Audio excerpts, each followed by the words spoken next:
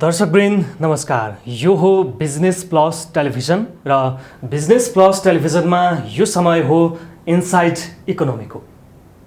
Inside इकोनोमीमा हामी कुरा गर्छौं देशमा रहेका अर्थतन्त्रका विषयमा र आज हामीले कुरा उठान गरेका छौं हिमाल पारी व्यापारको। लकडाउन भएता भन्दा अघिदेखि नै झन्डै माघदेखि नै नेपालको दुईवटा उत्तरी नाका, चीनसँगको हाम्रो दुईवटा नाका छ, तातोपानी नाका र केरुङ नाका।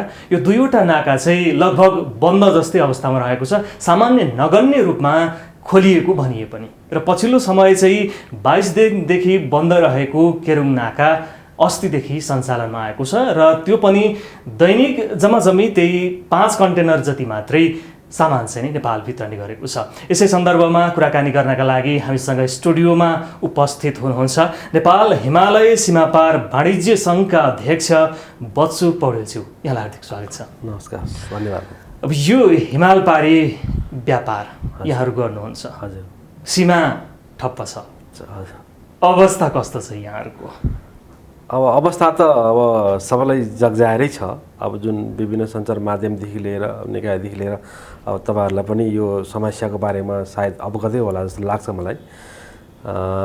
8 महिनादेखि यो पुष माघदेखिको जुन सामान अड्केर बसेको त्यो बिचमा जुन कोभिडले गर्दाखेरि हामी लकडाउनमा बस्यौँ र त्यहाँ लकडाउन भए पश्चात आज लकडाउन भएकै 6 महिनाभन्दा बढी कटिसकेको छ।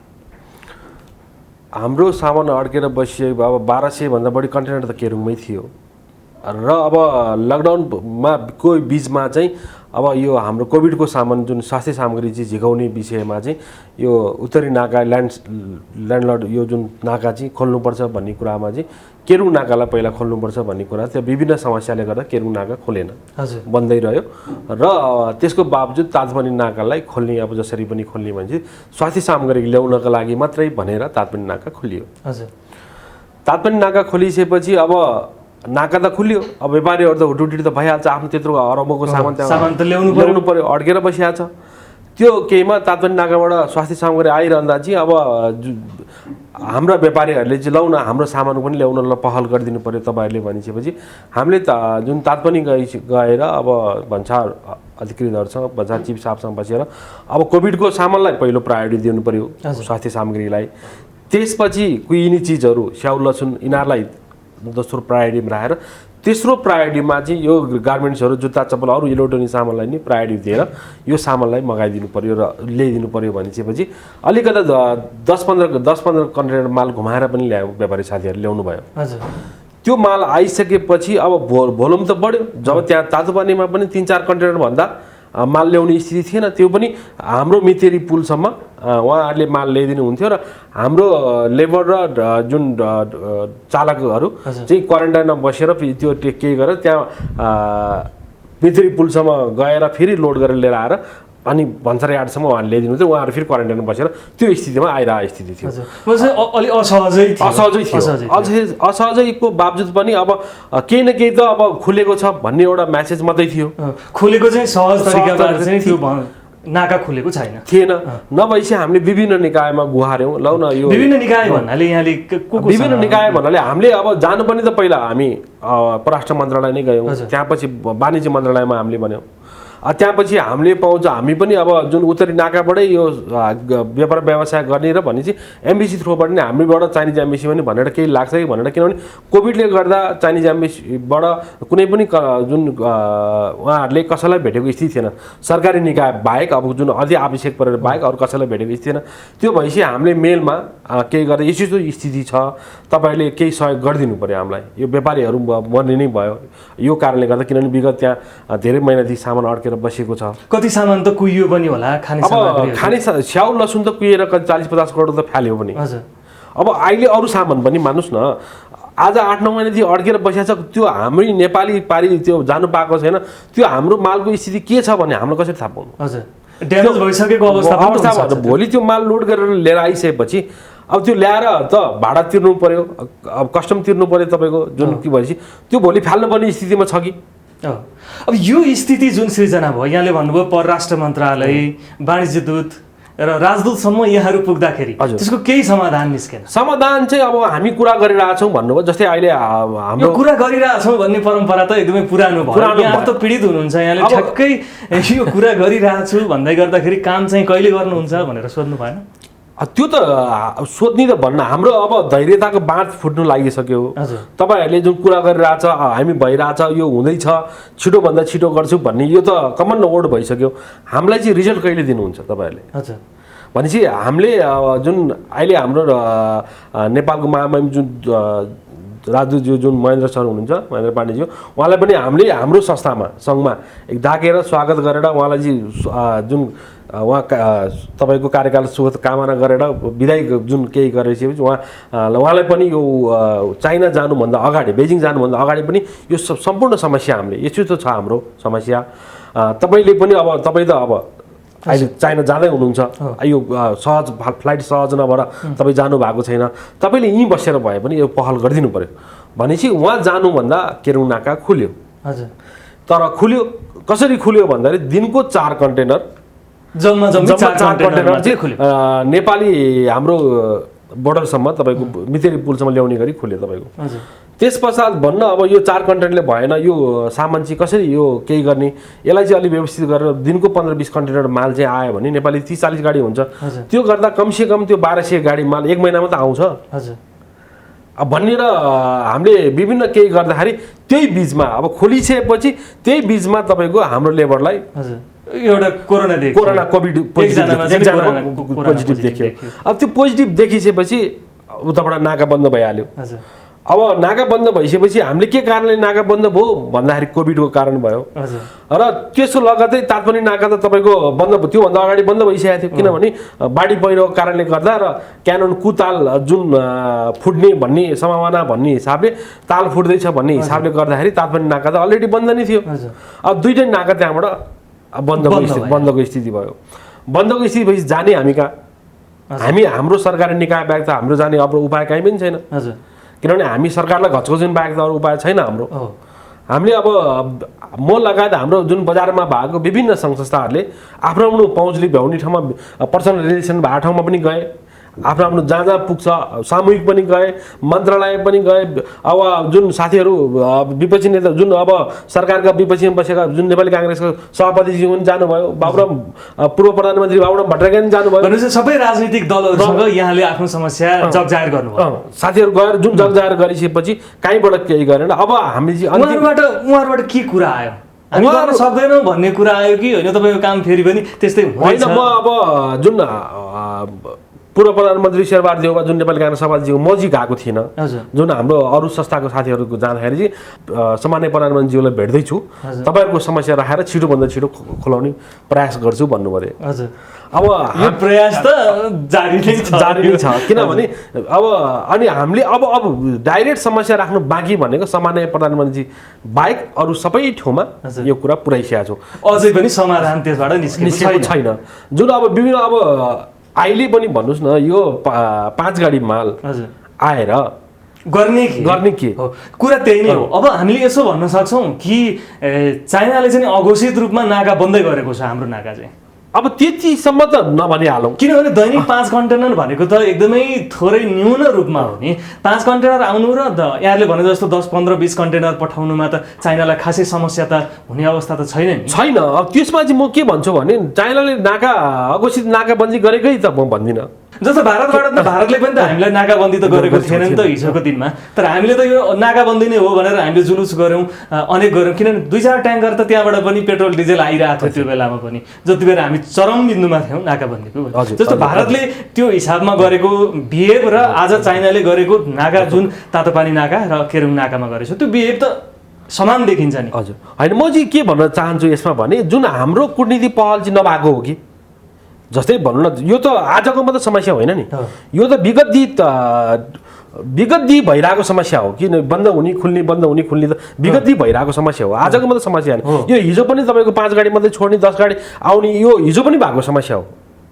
यो भूकम्पभन्दा अगाडि पनि भएको समस्या हो जुन तापनि नाका मात्रै केरुङ नाका नखोल्दा तापनि नाका हुँदै पनि भएको समस्या हो तर जुन हाम्रो विङ्सहरू छ जस्तै तपाईँको लासा वाणिज्य दूत भन्नुहोस् हजुर अब बेजिङ हाम्रो राजदूत भन्नुहोस् हाम्रो गन्जुङमा वाणिज्य दूत छ भनेपछि यही विङ्सलाई हाम्रो सरकारले चाहिँ अब यसलाई परिचालन गर्न नसकेका हो कि त्यहाँबाट जस्तै हाम्रो जुन तातपानी र केरुङ नाका जुन यी टिबेटबाट हेर्छ लासाबाट हेर्छ भनेपछि हाम्रो त वाणिज्य दूत अलरेडी लासामै छ हजुर भनेपछि त्यहाँबाट समन्वय गर्न वाणिज्य दूत के गरेर बस्नुहुन्छ त त्यहाँ समन्वय गर्नुहुन्न अहिले चाहिँ हाम्रो वाणिज्य दूत अब त्यहाँ लासामा हुनुहुन्न नयाँ वाणिज्य दूत पठाउनु भएको छ जुन नवराज सर नवराज सरको एग्रीमा आउनु भएको छैन उहाँलाई नेपाल सरकारले पठाउने भनेर केही गरिसक्नु भएको छ उहाँ चाहिँ अहिले नेपालमै हुनुहुन्छ किनभने उहाँ पहिला हाम्रो जुन यो सबै हेर्ने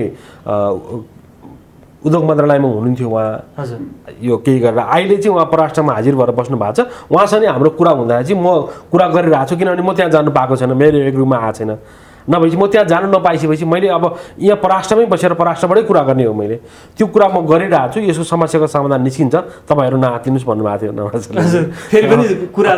त्यही छ किनभने अब मेरो चाहिँ तपाईँले जुन भनेको नाकाबन्दी नै अघोषित हो कि भन्ने जुन कुरामा चाहिँ त्यसमा चाहिँ हाम्रो कूटनीतिक पहल चाहिँ कमी भएको महसुस गर्छु कि म किनभने आखिर नेपाल सरकारले चाह्यो भने त जस्तै भनौँ न यो यसो केही हुँदा त बिसिजी खोप त तुरुन्तै पठाइदियो नि त हजुर कुनै काहीँ पहल त गरेको थिएन कुरा त भएको थिएन आज 5 कन्टेनर माल त तुरुन्तै पठाइदियो भने 5 त उसले 20 पनि पुऱ्याउन सक्छ नि 25 पनि पुऱ्याउन सक्छ ठिक छ मेरो अर्को भनाइ चाहिँ के हो भने ठिक छ कोभिडको कारणले नेपालमा डे बाई डे इन्क्रिज हुँदैछ हो मान्छु कोभिड त भारतसँग पनि त छ नि हैन डे बाई डे इन्क्रिज हुँदैछ कोभिड ठिक छ नेपालमा भनौँ न त्यो नेपालको कोभिडले चाइनाको जुन बोर्डरमा त्यसले खतरा जन्मायो खतरा भयो चाइनालाई केही भयो भने यो भएको सामान किनभने चाइनाबाट अरू सामान नपठाइदिउँ जुन आखिर सबै ट्रान्सपोर्ट त चाइनिजै छ नि नेपालको त कुनै छैन त्यहाँ सामान अरू सामानलाई ट्रान्सपोर्टलाई जुन चाइनिज सरकारले नि भनेर अरू सामान नपठाइदियो यो भएको सामानलाई 15-20 दिन 15-20 दिन लगाएर कति के हुन्छ छिटोभन्दा छिटो पठाएर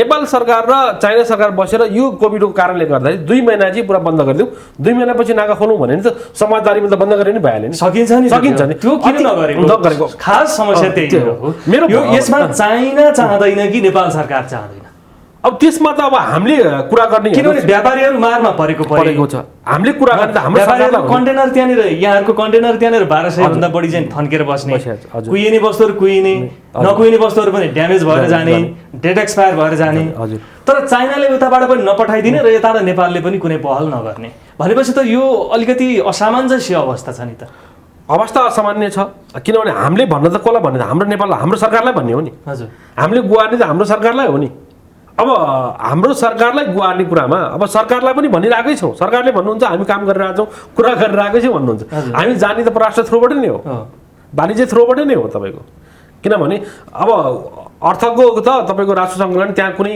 भन्सार विधि व्यवहार केही भयो भने उहाँलाई यो भइरहेछ यसलाई तपाईँले गरिदिनु भन्ने मात्रै हो नभए जाने त तपाईँको परराष्ट्र र उद्योगबाटै हो हामी वाणिज्यबाटै हो तपाईँको हेर्नुहोस् भन्छ नेपाल सरकार कूटनीतिक पहल गर्नै चाहँदैन चाइनासँग अब त्यो बेबी अब के गरिरहेको छ पछिल्लो समय त फेरि भारतसँगको सम्बन्धलाई चाहिँ अलिकति हामीले मत्थर गरेर बिस्तारै चाइनातिर ढल्काउनु पर्छ भन्ने एउटा आवाज विज्ञहरूको आवाज राजनीतिक दलहरूको आवाज पनि त उठेकै हो अब यस्तो बेलामा झन् 2वटा जम्मा नाका छ त्यही नाकालाई पनि यसरी चाहिँ जम्मा दिनको 5 कन्टेनर आएर कि त्यो हाम्रो चाहिँ टार्गेट पुरा हुन्छ त हाम्रो टार्गेट होइन जस्तै भनौँ न एउटा कुरा व्यापारीको सामान त अड्क्यो मानुस एउटा कुरा नि तर रेभेन्यू पनि सरकारले गुमाइरहेछ नि राजस्व सङ्कलन भइरहेको छ रेभेन्यू राजस्व सङ्कलन भइरहेको छ किनभने हाम्रो यहाँ उद्योग धन्दा कुनै केही जुन छैन ल्यान्डलर्ड कन्ट्री हाम्रो जुन अर्थतन्त्र चलेको जुन चलेदै करले नै हो जुन बाहिर आएर भनेपछि त्यो कुरा त सरकारलाई सबै कुरा थाहा छ आज तपाईँको हिजो तपाईँ मान्नुहोस् न जुन तातपनि नाका चल्दा बिरगञ्ज पछिको दोस्रो रेभेन्यू उठाउने नाका आजको स्थिति हेर्नुभयो भने तपाईँ जुरेभन्दा माथि जानुभयो भने तपाईँ जहाँ पनि धान रोप्दै हुन्छ तपाईँले इलामे छ बाटोमा धान रोप्दै हुन्छ तपाईँले जब जुरे पहिरो तपाईँको 71 अषाढ साउन 16 गते गएको हजुर त्यो पछि कुनै बजेट त्यो बाटोलाई बजेट गएको छैन किनभने अरण्यको हाइवे भनेपछि त ठुलै समस्या छ हाम्रो यो जुन बोर्डर छ यो जुन हिमाल पारी व्यापार गर्नका लागि असाध्यै समस्या छ अब यसलाई कसरी समाधान गर्न सकिन्छ के कारण हुन सक्छ मतलब अब कसरी चीनले पनि कसरी हामीलाई निर्वाध रूपमा आउन जान दिन्छ होला के गर्यो भने चाहिँ कि नेपाल चीन चाहँदैन कि यो दुईटा ठाउँबाट चाहिँ नि नेपालमा व्यापार गर्न अथवा नेपालले कूटनीतिक पहल नगरेकै कारण मात्रै हो कि अथवा अर्को कुनै तेस्रो विकल्प केही निकाल्न सकिन्छ कि यहाँ चाहिँ के देख्नुहुन्छ? होइन यो जुन दीर्घकालीन समस्याको विषयमा यो हल गर्नको विषयमा चाहिँ के भने एक त अब सरकारले नै कूटनीतिक पहलै गर्नु पऱ्यो। पहिला जुन सुकै क्षेत्रको नि व्यापार व्यवसाय बढाउनलाई बाटोकै कुरा आउँछ। पहिला त बाटोघाटो नै राम्रो हुनु पऱ्यो नि तपाईँको। तपाईँले हेर्नुहोस् केलुङको जुन रसुवागढीको बाटो हेर्नुहोस्, त्यो बाटोको अवस्था पनि त्यही छ। एक त हिल साइड एरिया पऱ्यो तपाईँको हेर्नुहोस्, र तातमनीको बाटोको हेर्नुहोस् जुरेभन्दा माथि 26 किलोमिटर बाटो त्यही स्थिति छ। हजुर, किनभने बाटोघाटो अब जुन राम्रो बनेन भने तपाईँको अब बाटो नबन्ने बित्तिकै नराम्रो हुने बित्तिकै ट्रान्सपोर्टेसन बढिहाल्यो। भोलि त्यही बाटो तपाईँको राम्रो 4 लेनको बनायो भने त ट्रान्सपोर्टेसन पनि त आज 20,000मा तातमनी बढिया 20,000 आउँथ्यो होला नि भाडा। आज किन 60,000 तिर्नु परिरहेको छ, 50,000 तिर्नु परिरहेको छ त्यहाँबाट भनेपछि त्यो भाडा त 3 गुणा तल आउँछ। जस्तै आज रसुवामा भन्नुहोस्, रसुवागढीबाट काठमाडौँ आउँदा हामी 85,000 तिर्छौँ, 196 किलोमिटर बाटो। तर त्यो बाटो राम्रो भयो भने त्यो त 50,000मा त झर्थ्यो नि। अहिलेको त्यो भाडा चाहिँ ठिक हो कि होइन? अहिलेको बाटोको स्थिति अब त्यहाँ गएर 10 दिन बस्नुपर्छ गाडी।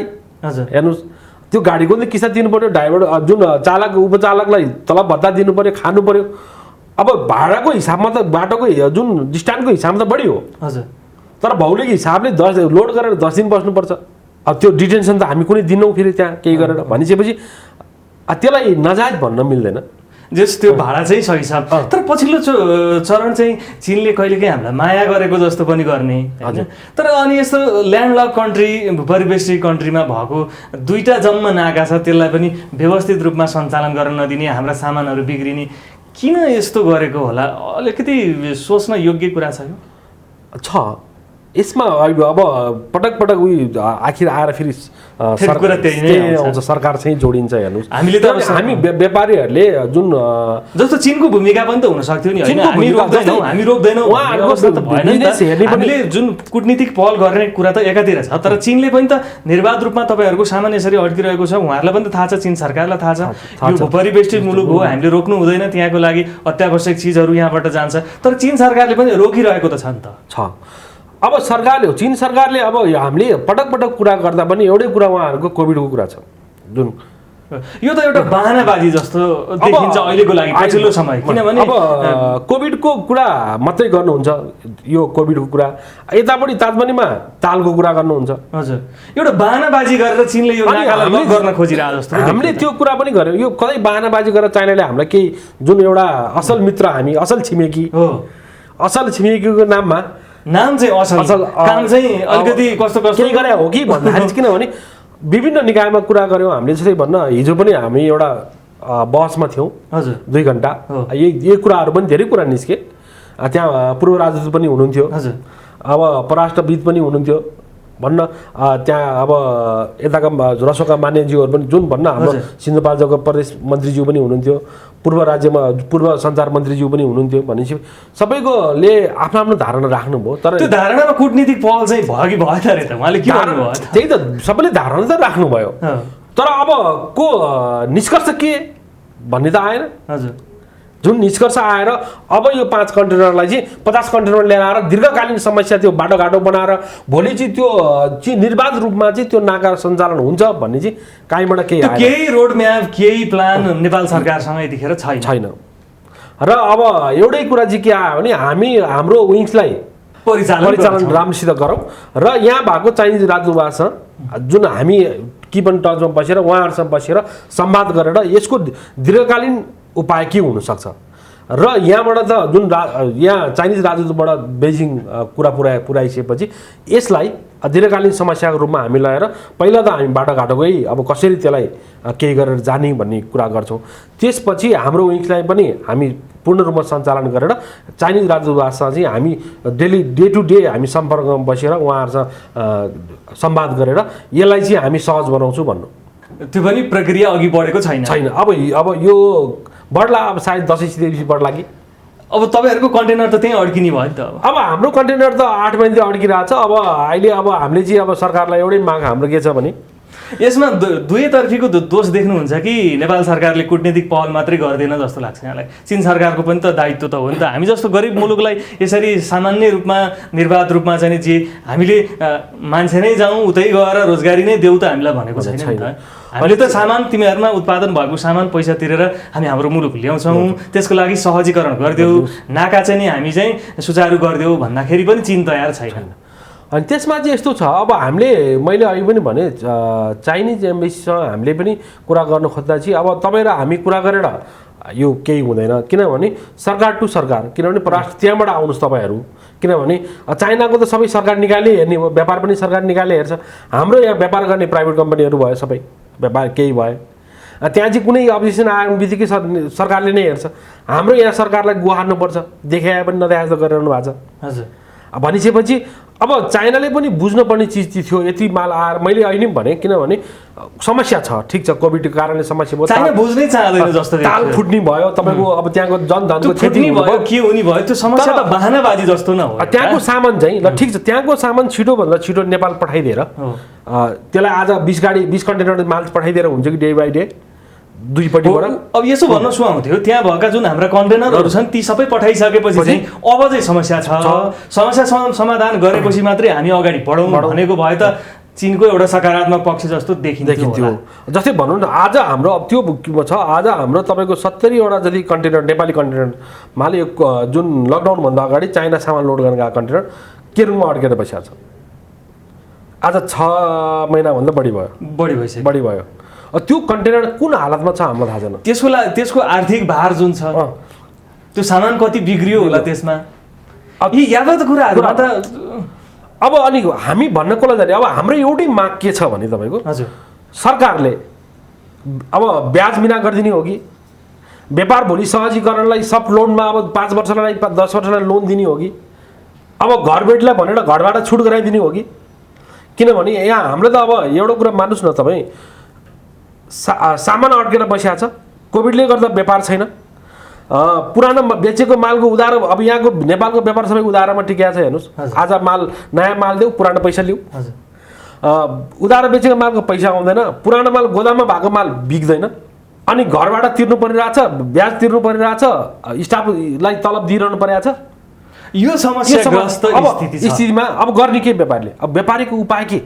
भोलि त अब ल सरकार मैले सकिनँ, अब यो सबै जिम्मा तपाईँले लिइदिनुहोस्, म चाहिँ फाँसी लाएर मर्छु भन्ने बाहेक उपाय केही पनि छैन। यस्तो अवस्था आउँदासम्म पनि नेपाल सरकार चीन सरकारसँग किन कुरा गर्दैन? गरिरहेको छु भन्नुहुन्छ, त्यो त गरिरहेको देखिँदैन, रिजल्टमा त आउनु पर्यो। जी कुरा भइसकेपछि त कुनै एउटा रिजल्ट त तुरन्तै निस्किन्छ नि। यहाँ यस्तो छ, यस्तो लाग्यो मलाई, मैले केही भने, किनभने यो ट्रेडिङ गर्ने व्यापार, हाम्रो ट्रेडिङ भनौँ न, त्यहाँ तपाईँको हेर्नुहोस् 20 लाख नेपाली पैसा भएको मान्छेले पनि व्यापार गरेछ, 20 करोड व्यापार पैसा हुनेले पनि गरेछ। यही ट्रेडिङ गरेर आजको उद्योगपतिहरू मानोस्, हिजो यही ट्रेडिङ गर्ने उद्योगपति भएको त हुने, एकैचोटि उद्योगपति भएको कोही पनि छैन नि। हिजो ट्रेडिङ यही व्यवसाय गरेर शान्तिमा व्यवसाय गरेर त्यसलाई इन्क्रिज गर्दै जाँदा आज उद्योगपति भएकाहरू धेरै छन् नि। जन्मिँदै उद्योगपति भएर आए त होइन, किनभने यही तातोपानी नाकाबाट जुन व्यापार गराएर धेरै उद्योगपति भएको छ, हिजो यही ट्रेडिङ गरेर आएका पनि। भनिसकेपछि सरकारले ट्रेडिङ व्यापार गर्नेलाई व्यापारी नै सम्झाएको छैन, किनभने उसको कुनै हिस्सा छ भने नि सोचेको छैन कि। भन्सार त तिरेको छ नि त, तिरेको छ, राजस्व तिरेको छ, राज्यलाई दिनुपर्ने सबै दायित्व दिएको छ, राजस्व तिर्नुपर्ने, कर तिर्नुपर्ने टाइममा के यो चिज तिर्नुपर्ने चिजहरू सबै गरेको छ होला। अपवादमा कसैले केही गर्यो होला भन्ने जुन निस्किन्छ, अब कसैले के त्यो अपवादको कुरा हुन्, जसले गर्छ राज्यले त्यसलाई त समाउनु पऱ्यो नि। तपाईँको सबैलाई एउटै बास्केटमा राखेर त हेर्नु भएन। एउटा जुन तपाईँको टोकरीमा बोरामा आलु एउटा कुहियो भने त्यो कुहियो आलु पो फाल्नु पऱ्यो त, सबै आलु फालेर त भएन नि। तपाईँ बोराको एक बोरै आलु फालेर त भएन, त्यो बोराभित्र एउटा कुहियो आलु पो फाल्नु पऱ्यो त। पछिल्लो समय हाम्रा प्रधानमन्त्रीज्यू पनि हजुर भारतको जुन अघोषित नाकाबन्दी थियो त्यसको लागि डटेर लड्नुभयो। हजुर, तर अहिले जुन चाइनाबाट यो 4-5 कन्टेनर पनि आइरहेको छैन, यतातिर चाहिँ खास उहाँको ध्यान गएको छैन होइन त अहिले? अब उहाँ यसो भन्न सकिन्छ कि हामीले प्रोसेस गरेर पनि चाइनाले हामीलाई टेरिरहेको छैन कि? अब त्यो त अब हामीलाई त उहाँहरूले भन्नुभएको छैन, हामी कोसिस किनकि चाइनाको पर्सनल इन्ट्रेस्टै नभएर यो नखुलेको हुनसक्ने सम्भावना कतिको छ, यहाँ कतिको देख्नुहुन्छ? अब पर्सनल इन्ट्रेस्ट भएर नखुल्ने भइदियो, यो 5 कन्टेनर माल पनि किन पठायो भन्ने एउटा पैसा त्यो एउटा देखाउनका लागि हामीले बन्द चाहिँ गरेका छैन है तलाई। त्यो इन्टरनेसनली एउटा लको लागि पनि जुन ल्यान्डलक कन्ट्रीलाई चाहिँ रोक्नुहुन्न भन्ने जुन ल छ त्यसको लागि तपाईँको भन्नु न ल्यान्डलक जुन तपाईँको 4-5 वटा अरू उहाँले नाका दिनुभएको छ हाम्रो ल्यान्डलक कन्ट्रीलाई, उहाँहरूले जुन शिखर कहाँ जुन केही गरेर दिनुभएको छ तपाईँको भनेपछि अब अघोषित उहाँहरूले एउटा देखाउन मात्रै गरे जस्तो त मलाई लाग्दैन। तर मेरो चाहिँ देखिन त त्यही देखिन्छ होइन, अहिले जम्मा 5 कन्टेनर अहिले समाचारले हेर्ने व्यापारले हेर्ने अरू सबैले हेर्दा चाहिँ किनभने त्यही देखिन्छ। तर मेरो हिसाबमा चाहिँ यसमा हाम्रै सरकारकै कमी कमजोरी हो कि जस्तो देख्छु, किनभने यसको लागि पहलै भएको छैन कि। अहिले कोभिडकोमा सबै यता कोभिड भनेर लाछ, किन व्यापार व्यवसाय छैन, त्यो माल आएर कति के छ हुन्छ र यो कति छैन भनेर। किनभने हामी विभिन्न निकाय तपाईँहरूको 200 कन्टेनर माल अड्किया छ है त्यहाँ भन्नुहुन्छ, हाम्रो 2000 कन्टेनर माल अड्केर बसेको छ। हजुर, तपाईँहरूको त्यहाँ 200 कन्टेनर माल अड्किया छ भन्नुहुन्छ भनेपछि उहाँहरू कति कुरा त जानकारी नै राख्नुहुन्न, उहाँहरूलाई चासो नै छैन। आखिर यो व्यापारी जो छ चाइनाले कोरोनाको कारण देखायो नि के कारण छ भनेर नेपाल सरकारलाई पनि थाहा छैन तपाईँको। किनभने हामीले अब जस्तै अहिले के गर्नु बस्नुहुन्छ त हाम्रो राजदूत गएर? अब हाम्रो राजदूत जानुभएको भर्खर 1.5-2 महिना भयो हेर्नुहोस्। हजुर, 2 महिना जति भयो। हिजो छाडे अस्ति पनि कुरा हुँदाखेरि उहाँले केही गर्यो, अब केरुङ नाका यो 2-4 दिनमा चाहिँ खुल्छ तपाईँ नाच्नु भन्थ्यो, नभन्दै खुल्यो भन्नुहोस् न। खुल्यो कि नखुल्या जस्तो छ। अब यसलाई हिजो भर्खर त अब खुलेको छ जुन तपाईँको भन्नुहोस् आजदेखि माल आउनु सुरु गरेको छ। अब हेरौँ अब डे बाई डे अब बरु केही जाँदा यसलाई के आशा छ हामी त्यो हाम्रा कन्टेनरहरू सहज रूपमा दैनिक यहाँले भने जस्तो 40-45 कन्टेनरहरू सहज रूपमा आउजात होला। हाम्रो जुन बोर्डर छ त्यहाँबाट चाहिँ हामी सहज रूपमा अब सामान ल्याउन सक्छौँ, हामी हिमाल पार व्यापार गर्न सक्छौँ भन्नेमा यहाँ ढुक्क हुनुहुन्छ कि हुँदैन? यहाँ त अब हिमालय सीमा पार वाणिज्य सङ्घका अध्यक्ष पनि हुनुहुन्छ, यहाँको त दायित्व पनि छ सबै एउटा जो व्यापार गर्नुहुन्छ उहाँको राइटको कुरा पनि उठाउनको लागि। होइन, यहाँलाई के लाग्छ? हामी आशा गर्नु बाहेक अरू विकल्प आजको लागि हाम्रो विकल्प कुनै पनि छैन तपाईँको। मेरो चाहिँ एउटै आशा गर्दा गर्दै 6-7 महिना त बित्यो नि त। 8 महिना बितिसक्यो। 8 महिना बितिसक्यो। अब तपाईँको भन्नुहोस् न, अब यो 20-22 दिन पछि दसैँ, त्यसको लागि न नेपाल सरकारले पहल गरेको न चाइना सरकारले चाहिँ भावनात्मक यो सामान 10-15 दिनमा आएन भने तपाईँको त्यो माल ल्याएर अर्को 1 वर्ष थन्काउनु पर्ने स्थिति छ। गएको तपाईँको गर्मीको सामान अब यो जाडो लाग्न लागिसक्यो आउँदैछ। हजुर, भनेपछि त्यो सामान त फेरि अर्को 1 वर्ष अर्को गर्मीसम्म त कुर्नु पर्यो तपाईँको। किनभने अहिले गर्मीको सामान त अब बिग्ने लगभग अब कम भइसक्यो तपाईँ, अब त जाडोको मान्छेले खोज्न थालिसक्यो तपाईँको भनिसकेपछि। अब जुत्ता चप्पल कुन हालतमा छ त्यो मक्किसक्यो कि त्यो इलेक्ट्रोनिक सामान कुन पोजिसनमा छ? हाम्रो जस्तो मुलुकलाई चाइना जस्तो एकदमै ठुलो अर्थतन्त्र भएको मुलुकले यति धेरै किन गरिदिएको होला? छोडिदिएको भए त भइहाल्थ्यो नि। अब हुन्थ्यो, मैले अघि पनि हजुरलाई भने उनीहरूले एउटै क्वेसन आन्सर एउटै छ। तपाईँलाई लाग्छ तपाईँ एउटा व्यापारी हुनुहुन्छ, हजुर, बारम्बार चाइनासँगको बोर्डरसँग सम्पर्क राख्नुहुन्छ, चाइना जानुहुन्छ, सामान ल्याउनुहुन्छ, ओसार पसार वर्षौँदेखि गरिरहनु भएको छ, तपाईँलाई लाग्छ कोभिडकै कारणले गर्दाखेरि यति धेरै चाहिँ नि समस्या आउनुहुन्थ्यो? होइन, जस्तै नहुनु पर्ने थियो। किनभने हाम्रो पिसिआर टेस्ट छ, पिसिआर टेस्ट गरेका मान्छेहरूको रिपोर्ट ल्याऊ। किनभने हामी उहाँहरूको भूमिमा गएर माल लोड गरेका छैनौँ, उहाँहरूकै मान्छेले लोड गरिदिन्छ। उहाँहरूले नै ल्याएर हाम्रो मेतेरी पुलमा अनलोड गरिदिनुहुन्छ। उहाँले अनलोड गरिसकेपछि अनि हाम्रो लेबर र चालक सहचालक गरेर लोड गरेर ल्याउने हो। त्यसमा पनि समस्या छ। त्यसमा पनि समस्या। त्यही माललाई चाहिँ हामीले के भन्यो भने त्यसलाई तपाईँहरूले बढाइदिनुहोस्। आज 5 कन्टेनर गरिदिएको छ, ठिक छ, कुनै भौगोलिक कारणले गर्दा त्यहाँ राख्ने ठाउँ छैन होला। तपाईँहरूले हाम्रो जुन तातमानीमा त हाम्रो त्यत्रो ड्राइपोर्ट उहाँहरूले बनाइदिनु भएको छ, त्यत्रो विशाल ड्राइपोर्ट छ हेर्नुहोस्, जति ल्याए पनि अट्छ सामान। र केरुङमा पनि जुन राख्ने ठाउँ कम्तीमा नि 20-40 गाडी आएर राख्ने ठाउँ छ। आज राखेको चिज आजै भन्सार गर्ला न भोलि गर्ला भनेपछि त्यहाँ ल्याएर तपाईँले झारिदिनु भयो भने हाम्रो समस्या अलिकति केही सम्बोधन हुन्थ्यो कि भन्नेमा थियौँ हामी।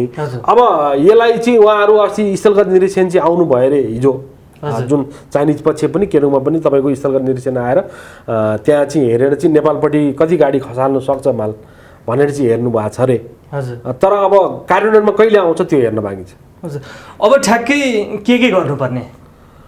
नेपाल सरकारले कुन रूपमा कूटनीतिक पहल कति समयसम्म के गर्दाखेरि चाहिँ नि तपाईँहरूलाई सहज हुन्छ र चाइना सरकारले पनि यो बोर्डर चाहिँ नि खोलिदिनका लागि अनिच्छा देखाइरहेको बेलामा दुवैतर्फको सरकारले गर्नुपर्ने चाहिँ के? अब दुवैतिर सरकारले किनभने केरुङ नागा जुन तपाईँको रसुवागढीको कति किलोमिटर बाटो पनि चाइनिज सरकारले बनाइदिने। हजुर। जुरेभन्दा माथिको जुन बारिसेभन्दा यो माथिको बाटो पनि चाइनिज सरकारले बनाइदिने। हजुर। किनभने त्यो भएपछि पहिला त बाटोकै जुन दुईटा सरकारको तत्परताले बाटोघाटोलाई एकदम पूर्ण रूपमा सञ्चालन गरेर त्यसलाई व्यवस्थित बनाइदिनु पर्यो।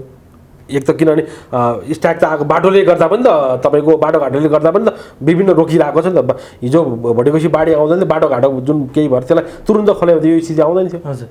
र अर्को कुरा चाहिँ यो हाम्रो नेपाल सरकार र चाइना सरकार बसेर कूटनीतिक पहल गरेर विदेश मन्त्रालय जस्तै हाम्रो परराष्ट्र उहाँको विदेश मन्त्रालय बस्नुपर्ने कि या अब चाइनिज एम्बेसी र नेपाल एम्बेसीको जुन पदाधिकारीहरू बस्नुपर्ने हो कि त्यो बसेर दीर्घकालीन समस्यालाई यो नाकामा अब चाहिँ 2 गाडी 5 गाडी 7 गाडीको चाहिँ हटाएर ठिक छ किनभने अब तातवानीमा त तपाईँको ड्राइपोर्ट छ, उहाँहरूको कन्टेनर ल्याएर ड्राइपोर्टमा खसालिदिएर सामान केही गरेर त्यो फिर्ता लिएर गए नि हुन्छ गाडी, किनभने त्यत्रो विशाल ड्राइपोर्ट छ तपाईँको। केरुङमा पनि तपाईँको रसुवागढीमा पनि तपाईँको ड्राइपोर्ट त शिलान्यास भइसकेको छ। अब लगभग त्यो पनि चाइना सरकारले बनाइदिने हो त्यो ड्राइपोर्ट पनि। भनेपछि त्यसलाई बनाउनु चाह्यो भने त 1-2 वर्षमा त चाइना सरकारले त बाटो पनि उनीहरूले बनाइदिने र सबै हाम्रो सामान राख्ने ठाउँ पनि बनाइदिने।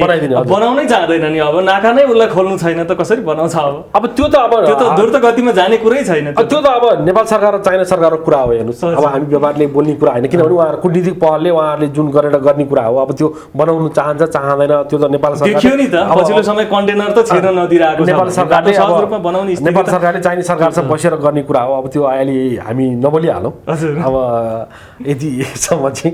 तर त्यो जहाँसम्म जति जे भयो भने मलाई यो यति हुनुमा चाहिँ हाम्रै कूटनीतिक पहलको कमी देख्छु म चाहिँ। किनभने हाम्रो सरकारले नै अब पहल नगरेको, यसलाई जुन अनदेखा गरेको जस्तो लाग्छ मलाई। हस्, आज हामीले हिमाल पारी व्यापारको विषयमा र त्यहाँका समस्याका बारेमा कुरा उठायौँ।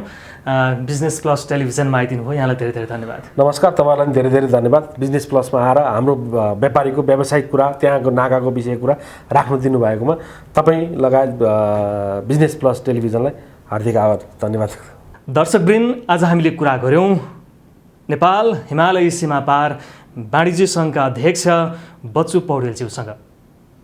नेपालको 2वटा, मैले अघि पनि भनेको थिएँ, उत्तरी 2वटा नाका छ। त्यो नाका तातोपानी नाका र केरुङ नाका, 2वटै नाका चाहिँ यति बेला निर्बाध रूपमा सुचारू भएको छैन।